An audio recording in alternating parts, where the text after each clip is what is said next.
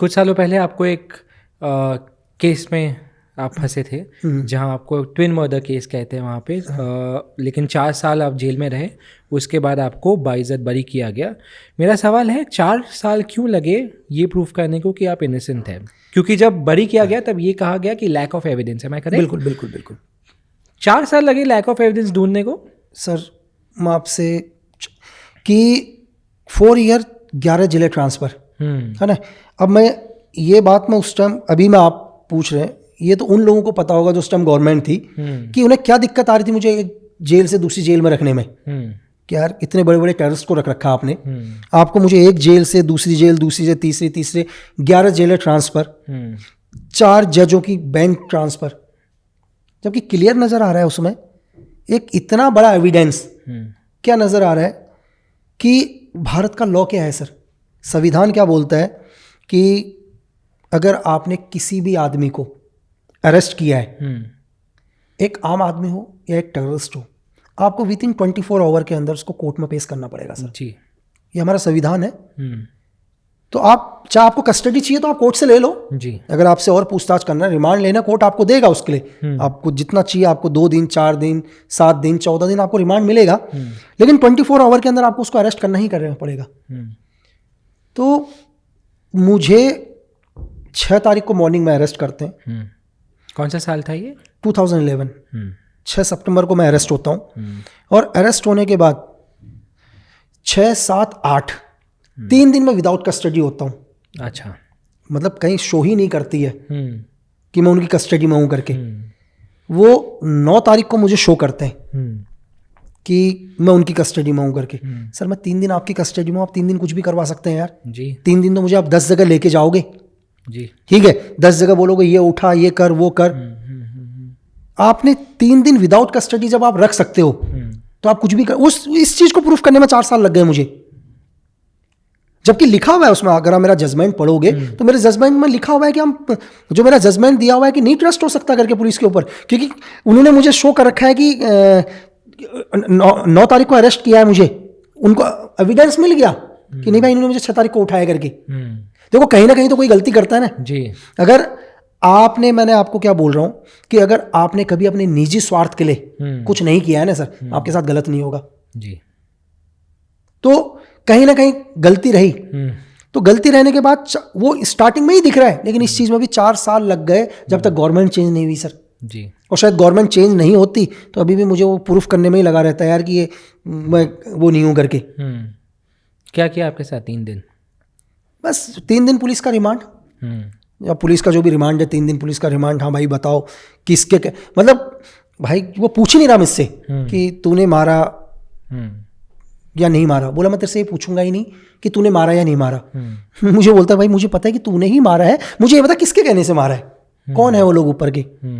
तो 3 दिन लग गए उन्हें पूछने में। कभी मारा क्या आपको जेल सर में? नहीं, जेल के अंदर नहीं मारा सर, पुलिस रिमांड में जो रहे उसमें। जेल में हिम्मत ही नहीं हुई, क्योंकि जेल में तो फिर 2 दिन के अंदर मुझे भी, मतलब एक ऊपर वाले की देन है, समझने में 2-4 घंटे ही लगते हैं किसी भी चीज़ को समझने में। तो जेल के अंदर जब मैं गया तो मेरे से पहले नाम ही चला गया था सर।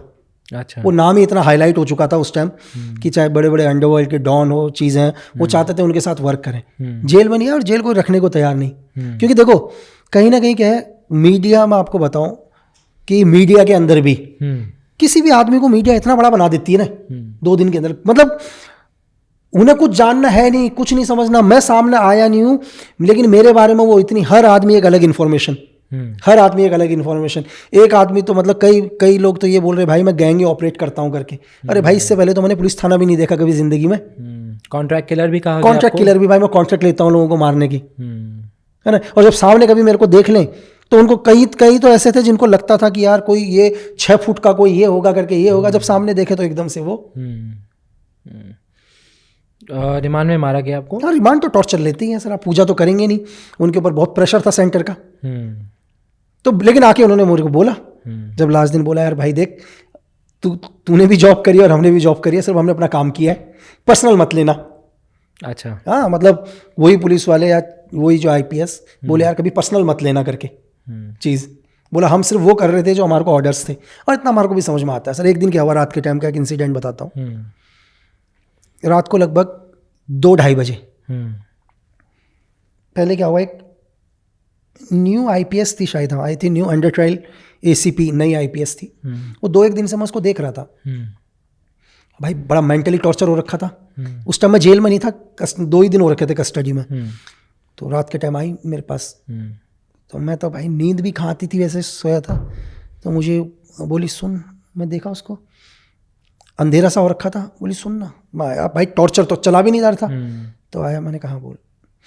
बोली कि देख कोई ना कोई तेरे, बोला कि तेज मत बोलना, कोई सुन लेगा। अब मैंने कहा यार, एक कांस्टेबल वहाँ 303 पकड़ के दूसरी साइड खड़ा था। बोली तेरे लिए कोई ना कोई परेशान हो रहा होगा। तो मैंने कहा नहीं कोई नहीं हो। मैं तो गुस्से में वैसे ही था, मैंने और क्या करोगे भाई, इतना तो कर ही रखा है। मैंने कहा कोई नहीं हो रहा परेशान, मैं बात। बोला कोई तो हो रहा होगा, तो तू बता दे उसको कि मैं ठीक हूँ, चिंता नहीं होती। साला उसने मेरा ब्रेन वॉश कर दिया यार 2 मिनट में। अरे मैंने कहा यार, मैंने कहा, बोली चुपचाप से, बोला चुपचाप से फ़ोन लेना और फिर मुझे दे देना, मेरी नौकरी चली जाएगी।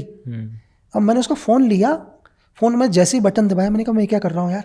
मैंने कहा मैं जिसको कॉल करूँगा उसको उठाएंगे जी, ठीक है। मेरे दोस्त, मैंने उसका मोबाइल पकड़ा, मारा दीवार में। उस टाइम मोबाइल और बैटरी दोनों अलग अलग हुआ करती थी। वो बैटरी उधर गई सालो, तब भी मोबाइल नहीं टूटा। मैंने पैरों से तोड़ा उसको। तो इतनी देर में मैं क्या देखता हूँ, सर्च लाइट मारे, वो 10-12 पुलिस वाले सारी टीम बनाकर खड़ी थी। वो भी उनका ट्रैप था, ठीक है। तो फिर और नेक्स्ट दिन रात को 2-2:30 बजे लॉक पुलिस वाले आए, 8-10 पुलिस वाले। तो हथकड़ी तो एक ही हाथ में थी जी। तो गन कॉक करा, गन को कॉक करने वाले, गन को कॉक करा तो बोले अंदर खोला, हथकड़ी पीछे लगाएंगे बोला। तो मैंने कहा यार हथकड़ी, मुझे लगा यार क्या कर रहे हैं करके, है ना। तो मुझे लगा यार भाई कुछ ना कुछ तो है गड़बड़। अब मुझे लगा यार तो ऑर्डर दे दिया उन्होंने एनकाउंटर का, ठीक है, क्योंकि कस्टडी में तो शो नहीं कर रखा, तो पीछे हथकड़ी लगा दी उन्होंने। तो बोले निकालो करके। अब मुझे लग गया कि डेफिनेटली एनकाउंटर के लिए लेके जा रहे हैं। अब मुझे बुलेरो में बैठाया और 2-3 बुलेरो और थी साथ में। अब लेकर गए वहाँ से आधे, तो मेरे साथ एक बैठा पुलिस ऑफिसर, एक पुलिस ऑफिसर बैठा मेरे साथ। तो बोल रहा कुछ बताना है तो बता। तो मैं समझ गया कि ये डेफिनेटली एनकाउंटर के लिए लेके जा रहे हैं, जो भी इनका मूवमेंट है ना, उस हिसाब से लग गया मुझे। आधा घंटा लेकर गए, पूरा जंगल का एरिया था। एक जंगल में गाड़ी रोकी, गाड़ी से नीचे उतारा, बोला कुछ बताना है तो बता।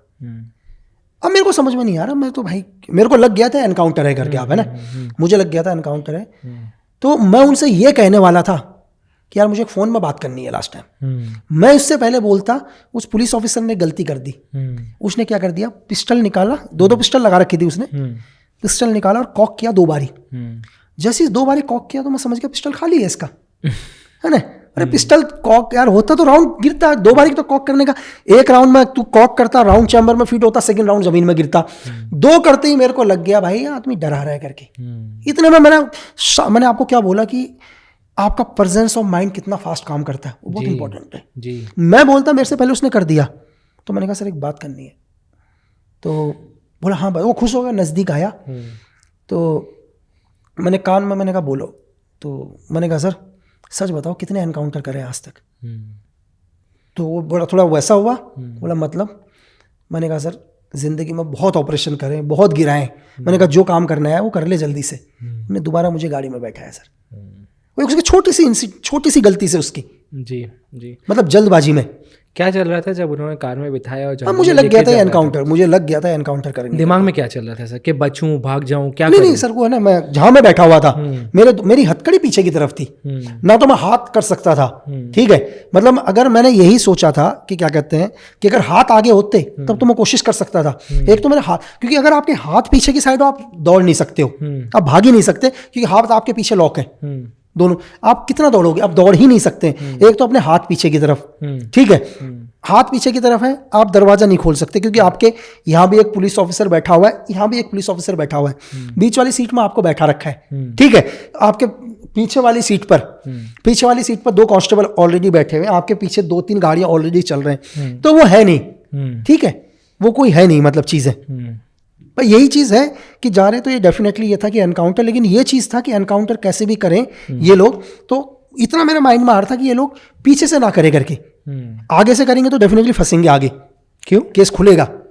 थोड़ा एक्सप्लेन करिए। मतलब देखो, अगर पीछे एनकाउंटर के ऊपर क्या है कि वो सवाल उठा लेंगे यार कि भाई भागने की कोशिश कर रहा था। तो फ्रंट के ऊपर, फ्रंट पर एनकाउंटर बहुत मुश्किल है सर, वो भी बहुत क्लोज रेंज से, क्योंकि वो बिल्कुल नज़दीक है। अगर सपोज करो कि जो पुलिस ऑफिसर था विद इन मेरे से 1 या 1.5 मीटर पर था, वो 1 या 1.5 मीटर पर यार एनकाउंटर कर रहा है। और मैंने एक जानबूझ के एक चीज़ और कर रखी थी उस टाइम, मैं उस टाइम नीचे था घुटने के बल पर ही, मैं बैठा हुआ था जानबूझ के, मैं उस टाइम जानबूझ के बैठा था, मैं खड़ा नहीं हुआ था जानबूझ के।